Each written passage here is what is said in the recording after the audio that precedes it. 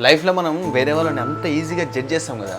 మనకి వాళ్ళ గురించి తెలియకపోయినా జస్ట్ వాళ్ళని చూసి మనం అట్లా గెస్ చేస్తాం. అది నిజమో అబద్ధమో మనకు తెలియకపోయినా దాన్ని కథలుగా రాసి ఎక్కడికో తీసుకెళ్తాం. చాలా మందికి ఏ స్కిల్ లేకపోయినా ఈ స్కిల్ అయితే కంపల్సరీ ఉంటుంది. ఎందుకంటే అన్నిటికంటే చాలా సింపుల్ వర్క్ ఇది. అయితే ఒక స్టోరీ చెప్తా వినండి.